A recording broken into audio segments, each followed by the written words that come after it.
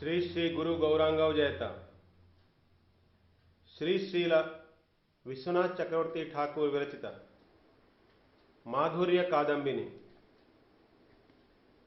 प्रथम अमृत वृष्टि।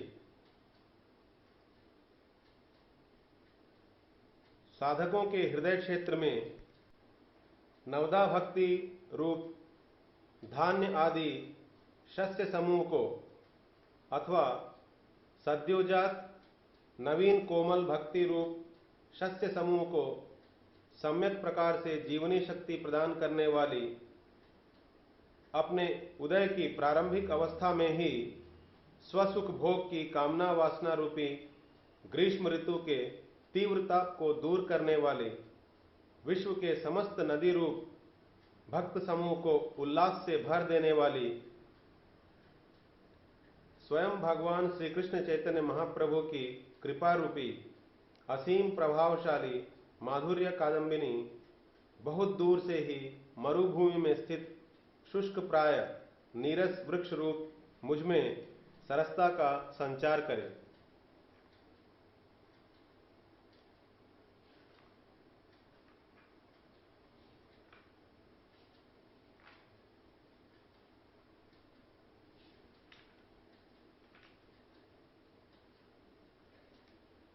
पूर्व काल में होने वाले महाजनों ने भी भक्ति देवी का आश्रय ग्रहण किया है, किंतु इस समय जिनकी कृपा से सद्बुद्धि को प्राप्त कर लोग उस भक्ति को भक्ति स्वरूप में दर्शन कर रहे हैं, भक्ति रस स्वरूप में दर्शन कर रहे हैं, उन श्री चैतन्य महाप्रभु के श्री रूप गोस्वामी नामक परम प्रिय जन को मैं नित्य निरंतर प्रणाम करता हूं।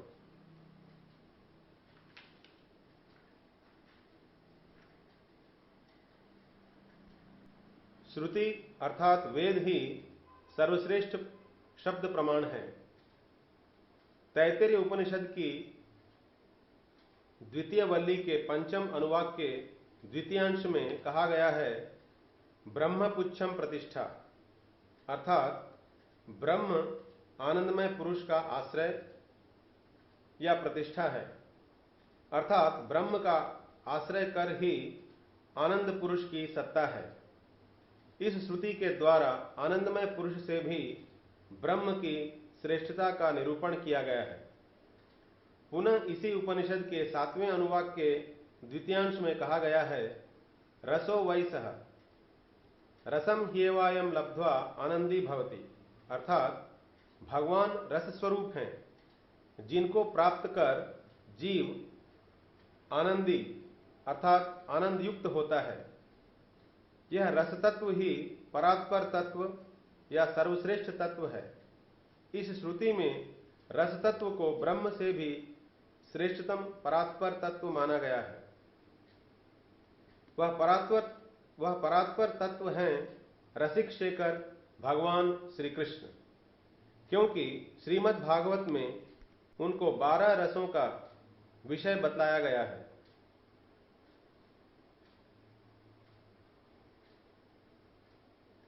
सर्व वेदांत सार निखिल प्रमाण शिरोमणि श्रीमद् भागवत ने श्री कृष्ण को ही रस स्वरूप निर्णय किया है।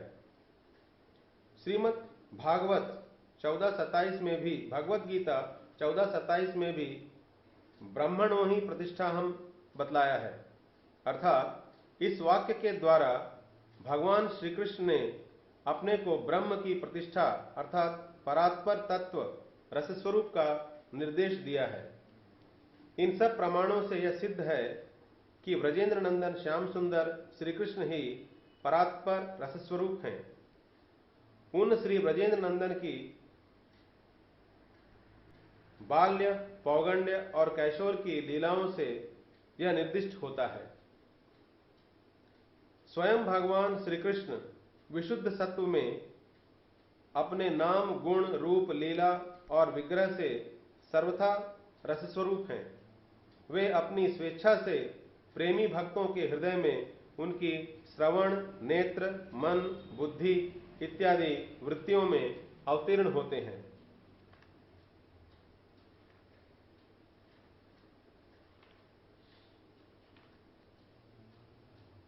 भक्ति देवी स्वयं प्रकाशित है। सर्वशक्तिमान भगवान की भांति उनकी स्वरूप शक्ति भक्ति भी स्वयं प्रकाश है। उसकी स्वप्रकाशता की सिद्धि के लिए और किसी भी कारण की अपेक्षा नहीं होती।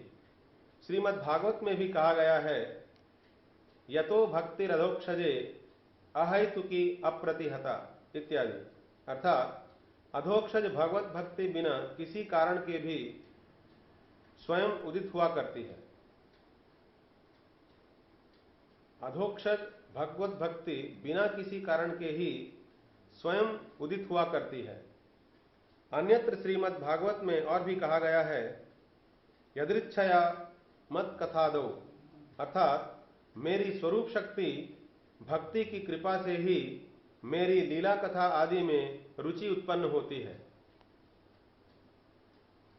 मत भक्तिम च यदृच्छया, अर्थात यदृच्छा स्वच्छंद रूप में मेरी भक्ति प्राप्त होती है, तथा यदृच्छयैवोपचिता इत्यादि अनेक स्थानों पर यही कहा गया है कि भक्ति बिना किसी कारण के स्वच्छंद रूप से उदित हुआ करती है, क्योंकि यदृच्छा शब्द का अर्थ ही है स्वेच्छापूर्वक।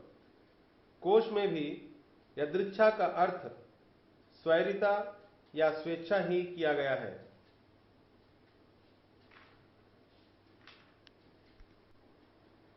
प्रथमतः किसी किसी महानुभाव ने कदाचित यदृच्छा शब्द की व्याख्या किसी भाग्योदय से किया है, किंतु यह विवेचनीय है कि वह भाग्य क्या शुभ कर्म से उदित होता है अथवा अशुभ कर्म के अभाव से उदित होता है। यदि शुभ कर्म से उदित होने वाले भाग्य से भक्ति उदित होती है ऐसा माना जाए, तो कर्मजन्य भाग्य से उदित होने वाली भक्ति शुभ कर्मों के अधीन हो पड़ती है, और ऐसा होने से भक्ति की स्वप्रकाशता की हानि होती है। द्वितीयतः यदि शुभ कर्मों के अभाव से उदित होने वाले भाग्य को भक्ति का कारण माना जाए, तो उस भाग्य का कारण अज्ञात है। भाग्य उदय होने का कारण अज्ञात होने के कारण वह भाग्य ही असिद्ध हो पड़ता है। अर्थात जो भाग्य स्वयं असिद्ध है वह भक्ति का कारण कैसे हो सकता है। तृतीयतः यदि भगवत कृपा को ही भक्ति का कारण माना जाए, तो उस कृपा का भी कारण ढूंढने की स्वाभाविक इच्छा जग उठती है। इस प्रकार उत्तरोत्तर कारण ढूंढने से किसी भी स्थायी परिणाम तक नहीं पहुंचा जा सकता। अतः इस विचार में भी अनवस्था का दोष स्पर्श करता है। चतुर्थतः यदि भगवान की अहेतुकी कृपा को ही भक्ति का कारण मानते हैं, तो भक्ति को सर्वत्र न देखकर भगवान में विषमता दिखलाई पड़ती है, क्योंकि भगवान की अहेतुकी कृपा भक्ति का कारण है, तो वह अहेतुकी कृपा सब पर होनी चाहिए, क्योंकि भगवान समदर्शी हैं। परंतु हम ऐसा नहीं देखते। सबको भक्ति नहीं होती, कहीं उपलब्ध होती है, कहीं उपलब्ध नहीं होती। ऐसी दशा में यहां स्वीकार करना होगा कि भगवान का सबके प्रति समान भाव नहीं है, उनमें विषमता या पक्षपात दोष है। परंतु भगवान में कभी भी विषमता दोष की कल्पना भी नहीं की जा सकती है। अतः इन्हीं कारणों से भगवान की अहेतुकी कृपा को भक्ति का कारण नहीं माना जा सकता। यदि कोई शंका करे कि भगवान दुष्टों को दंड देते हैं और अपने भक्तों का पालन करते हैं, क्या यह भगवान में विषमता नहीं है? इसके उत्तर में कहते हैं, दुष्टों को दंड देना और अपने भक्तों का पालन करना भगवान में विषमता का दोष नहीं, बल्कि यह उनका महान गुण है। भगवान में जितने गुण हैं, उन समस्त गुणों का चक्रवर्ती सम्राट भक्त वात्सल्य है। समस्त गुणों को पराजित कर भक्त वत्सलता गुण सबके ऊपर विराजमान है। इस विषय की सम्यक विवेचना इसी ग्रंथ की 8वीं वृष्टि में की जाएगी। भगवत भक्तों की कृपा ही भक्ति प्राप्ति का कारण है। भक्तों या महापुरुषों की कृपा को भक्ति का कारण कहा जा सकता है। भगवत भक्त की कृपा भी भगवत कृपा की भांति निरुपाधिक है। अतएव यदि इससे भगवत भक्तों में भी विषमता या पक्षपात का दोष स्पर्श करता है जो अनुचित प्रतीत होता है, परंतु जो ईश्वर के प्रति प्रेम, भक्तों के प्रति मैत्री, अज्ञानियों के प्रति कृपा और विद्वेषियों के प्रति उपेक्षा करते हैं, वे मध्यम भक्त हैं। इस लक्षण के अनुसार मध्यम भक्त में विषमता विद्यमान रहती है। बाहर से दिखने वाली ये विषमताएं मध्यम भक्त का गुण है। श्री भगवान भक्तों के अधीन होते हैं, उसी प्रकार भगवान की कृपा भी भक्तों की कृपा की अनुगामिनी होती है, अर्थात भक्त कृपा होने पर ही भगवत कृपा होती है। इसमें कोई भी असामंजस्य या दोष नहीं है। भक्त के हृदय में सर्वदा भक्ति होती है, इसलिए भक्तों की हृदयवर्तिनी भक्ति ही दूसरों के प्रति कृपा करने का मूल कारण है। भक्ति के बिना किसी पर कृपा का होना भी संभव नहीं है। इसलिए भक्ति के उदय होने में प्राक्तन भाग्यादि की अपेक्षा नहीं होने से, एकमात्र भक्ति ही भक्ति का कारण होने से भक्ति की स्वप्रकाशता सिद्ध हुई।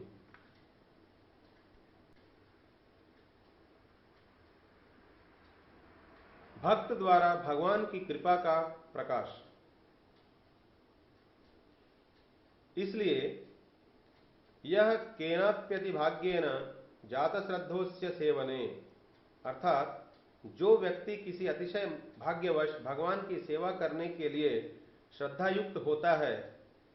इस श्लोक में अतिभाग्येन शब्द का वास्तविक अर्थ शुभ कर्मजन्य भाग्य का अतिक्रमण करने वाली किसी भक्त की कृपा ही अभिप्रेत है। यह भी नहीं कहा जा सकता है कि भगवान की प्रेरणा के बिना सर्वप्रथम भक्त की कृपा होना असंभव है, क्योंकि भगवान ने भक्तों की वशीभूतता स्वीकार करते हुए अपनी कृपा शक्ति अपने भक्तों को प्रदान कर भक्तों का उत्कर्ष स्थापन कर रखा है।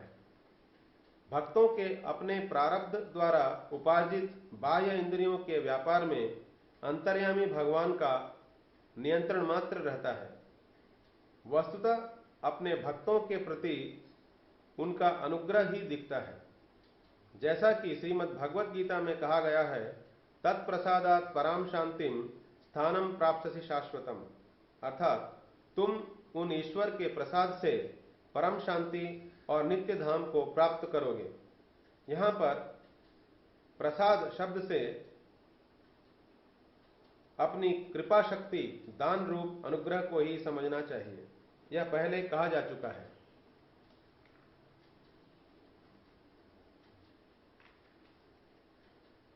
निष्काम कर्म आदि भक्ति प्राप्त करने के द्वार स्वरूप हैं। शास्त्रों में लिखित स्वेच्छावतार चरितई, अर्थात स्वेच्छामय अवतारों के चरित्रों के द्वारा तथा स्वेच्छामय इत्यादि सैकड़ों वचनों के द्वारा यह विदित होता है कि भगवान स्वेच्छा से ही विश्व में अवतरित हुआ करते हैं। तथापि स्थूल दृष्टि से जिस प्रकार भूभार हरण आदि को भगवान के आविर्भाव का कारण कहा गया है, उसी प्रकार निष्काम कर्म आदि को किसी किसी स्थल पर जो भक्ति का द्वार कहा गया है, उसमें कोई हानि नहीं है। श्रीमद् भागवत 11:12-9 में यत्र योगेन यह स्पष्ट रूप से कहा गया है कि यत्नशील व्यक्ति भी योग, सांख्य, ज्ञान, दान, व्रत, तपस्या, यज्ञ, शास्त्र व्याख्या, वेदाध्ययन तथा संन्यास आदि के द्वारा भगवत भक्ति को प्राप्त नहीं कर सकते हैं। इसके द्वारा इन शास्त्र वचनों में दान, व्रत आदि को भक्ति प्राप्ति का हेतु स्पष्ट रूप में खंडन होने पर भी, किंतु अन्यत्र दान, व्रत, तपस्या, होम, जप, वेदाध्ययन इत्यादि विविध कल्याणजनक कर्मों के द्वारा भक्ति साधित होती है, ऐसा कहा गया है। इसे ज्ञानांग भूता सात्विकी भक्ति के संबंध में ही जानना चाहिए, प्रेमांग भूता निर्गुणा भक्ति के संबंध में नहीं। पुनः इस श्लोक की व्याख्या में कोई कोई दान कहने से विष्णु एवं वैष्णव के उद्देश्य से दान, व्रत कहने से एकादशी इत्यादि व्रत, तपस्या शब्द से भगवत प्राप्ति के उद्देश्य से भोग आदि त्याग को साधन भक्ति का अंग बतलाते हैं। इस प्रकार भक्ति अंगों के द्वारा साध्य कहने से भक्ति के द्वारा उत्पन्न भक्ति समझना चाहिए। इस प्रकार भक्ति का अहेतुकी होना प्रतिपन्न होने से शास्त्रों के समस्त वचनों का सामंजस्य सिद्ध हुआ। भक्ति के बिना ज्ञान कर्म योगादि सब कुछ निष्फल है। श्रेय श्रुतिम भक्ति मुदस्यते विभो एवं को वार्थ आप्तो अभजताम स्वधर्मतः तथा पुरेह भूमन बहवोपि योगिनः इत्यादि शास्त्र वचनों से ज्ञात होता है कि कर्म योग ज्ञान आदि को अपना फल प्राप्त कराने के लिए भक्ति की निश्चित रूप में अपेक्षा रहती है, किंतु भक्ति को अपना फल प्रेम प्रदान करने में स्वप्न में भी कर्म योग ज्ञान आदि की अपेक्षा नहीं होती। श्री भगवान ने कहा है, जो समस्त धर्मों का परित्याग कर मेरा भजन करता है वही श्रेष्ठ साधु है इत्यादि वचनों से भक्ति की अन्य निरपेक्षता ही सिद्ध होती है। ऐसा तो कहना ही क्या है, ज्ञान कर्म योगादि को अपना फल प्रदान करने में भक्ति की सहायता लेनी पड़ती है, उन्हें भक्ति के ऊपर निर्भर होना पड़ता है, किंतु भक्ति को अपना फल प्रेम प्रदान करने में इनमें से किसी से तनिक भी सहायता नहीं लेनी पड़ती। इसलिए भगवान ने कहा है, यत्कर्म भीर्यत तपसा ज्ञान वैराग्यतश्च यत् सर्वं मद्भक्ति योगेन मद्भक्तो लभतेंजसा। अर्थात यज्ञादि कर्मों के द्वारा, तपस्या के द्वारा और ज्ञान वैराग्य के द्वारा जो फल प्राप्त होता है वह फल मेरा भक्त भक्ति के अनुष्ठान से अनायासी प्राप्त कर लेता है।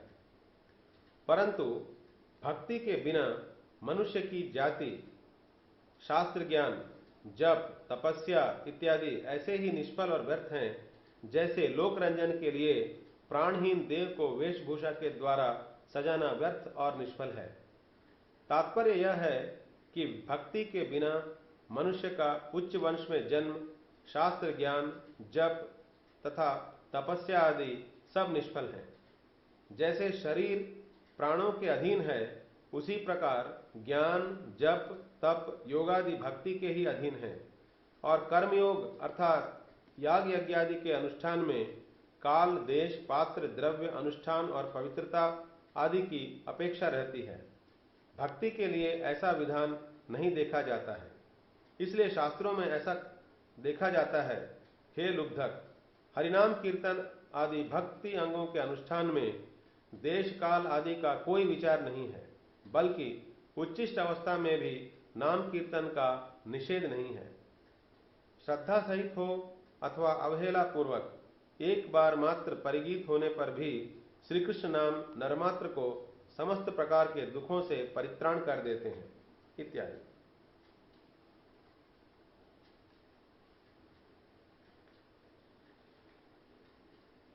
कर्मयोग में मंत्र आदि के दोष से महा अनर्थ की उत्पत्ति होती है। कर्मयोग में विधि और निषेध है, देश काल का नियम भी है, उसमें त्रुटि हो जाने पर महा अनर्थ उत्पन्न हो जाता है। शास्त्रों में कहा गया है, यज्ञ इत्यादि में किसी मंत्र के उदात्त अनुदात्त और स्वरित स्वर उच्चारण में भूल हो जाए अथवा कोई वर्ण छूट जाए या यथार्थ रूप में वर्ण विन्यास न हो और उचित रूप में उसका प्रयोग न हो तो वह मंत्र वज्र बनकर यज्ञ करने वाले यजमान का सर्वनाश कर देता है। जैसे त्वष्टा ऋषि यज्ञ में आहुति प्रदान करते समय इंद्र शत्रु तुम वर्धित हो ऐसा उच्चारण किया था, किंतु उनके उच्चारण का फल विपरीत हुआ। इसी प्रकार ज्ञान योग में भी अंतःकरण शुद्धि की आवश्यकता होती है। बिना अंतःकरण की शुद्धि हुए उस ज्ञान योग का फल नहीं होता। फल की आकांक्षा से रहित कर्मयोग के द्वारा अंतःकरण की शुद्धि होने पर भी ज्ञान योग में प्रवेश करने का अधिकार होता है। अतएव ज्ञान योग में कर्म की अधीनता देखी जाती है। ऐसा भी देखा जाता है कि ज्ञान योग का कोई साधक दुर्भाग्यवश थोड़े से दुराचार में भी लिप्त हो जाए तो उसे निर्लज वमन भोजी कहकर शास्त्रों में उसकी निंदा की गई है। कंस, हिरण्यकशिपु, रावण आदि इसी दोष के कारण ज्ञानवान होते हुए भी सर्वत्र उनकी निंदा सुनी जाती है। ज्ञानाभ्यास करने वालों का तत्वतः कोई भी थोड़ा सा असदाचार साधु सम्मत नहीं है, ऐसा निश्चित होता है।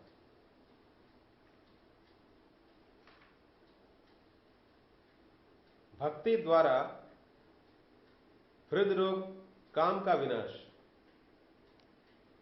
भक्ति मार्ग में कामादि दोषों के रहते हुए भी प्रवेशाधिकार देखा जाता है। श्रीमद् भागवत में कहा गया है, विक्रीडितम व्रजवधु भी, अर्थात सर्वव्यापक भगवान श्री कृष्ण की व्रजवधुओं के साथ इस रास लीला का जो व्यक्ति श्रद्धापूर्वक निरंतर श्रवण और कीर्तन करता है, वह भगवान श्री कृष्ण के प्रति पराभक्ति लाभ कर शीघ्र ही धीर अर्थात जितेंद्रिय होकर हृद रोग, काम से शीघ्र ही छुटकारा प्राप्त कर लेता है। इस श्लोक में प्रतिलभ्य भक्ति लाभ कर यह असमापिका क्रिया है। इसका तात्पर्य यह है कि हृद रोग अर्थात कामादि के रहते हुए भी रास क्रीड़ा, श्रवण या कीर्तन करने का अधिकार है। तत्पश्चात परम स्वतंत्र भक्ति के प्रभाव से कामादि हृद रोग दूर होने की बात कही गई है। यद्यपि कदाचित भजन साधन करने पर भी काम की स्थिति रहती है, तथापि अपिचेत सुदुराचारो भजते माम, अत्यंत दुराचारी व्यक्ति भी यदि मेरा भजन करता है, बाध्यमानोपि मद्भक्ता, मेरा भक्त कामादि के अधीन रहने पर भी इत्यादि शास्त्र वचनों के अनुसार भक्तों की दुराचारिता रहने पर भी कहीं भी भक्तों की निंदा का लेश भी नहीं सुना जाता। अजामिल का भक्तत्व विष्णु दूतों ने निरूपण किया है। पुत्र के स्नेहवश होकर पुत्र के नाम के संकेत से दुराचारी रहने पर भी उसने नारायण नाम उच्चारण किया था। इस शास्त्रोक्त प्रमाण के अनुसार भगवान नाम का आभास होने पर भी अजामिल आदि के भक्तित्व की प्रशंसा ही सुनी जाती है। इसलिए यह सिद्ध होता है कि अंतःकरण शुद्धि, द्रव्य शुद्धि, देश शुद्धि आदि कर्म योगादि के साधक हैं और कोई त्रुटि या साधक के दोष दुराचार आदि कर्म योगादि के बाधक हैं। फिर भी भक्ति के बिना कभी भी वे फल प्रदान नहीं कर सकते। भक्ति ही उनको प्राण देने वाली है। इस तरह कर्म, योग, ज्ञान आदि हर प्रकार से भक्ति के परतंत्र हैं। जो स्वतंत्र वस्तुएं होती हैं वे न तो किसी से साधित होती हैं और न किसी से बाधित होती हैं।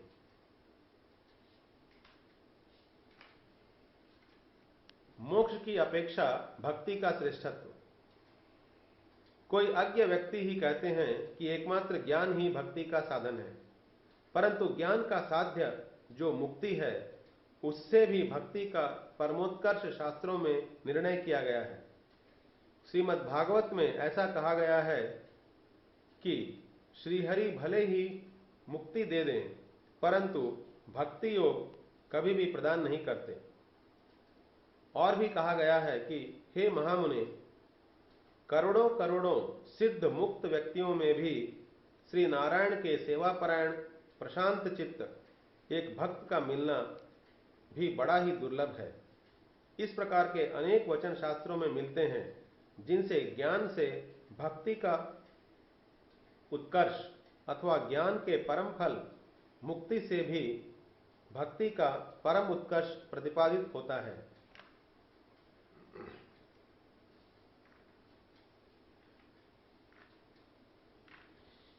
भक्ति की कृपा से ज्ञान की पोषकता। वामनावतार में सर्वशक्तिमान तथा सर्वगुणशाली होते हुए भी श्री भगवान जिस प्रकार उपेंद्र के रूप में इंद्र के कनिष्ठ भ्राता होकर भी इस प्रकार से देवराज इंद्र का पोषण करते हैं, ऐसा करने में भी जैसे विज्ञजन भगवान की कृपालुता ही अनुभव करते हैं, न कि श्री भगवान का कुछ अपकर्ष मानते हैं।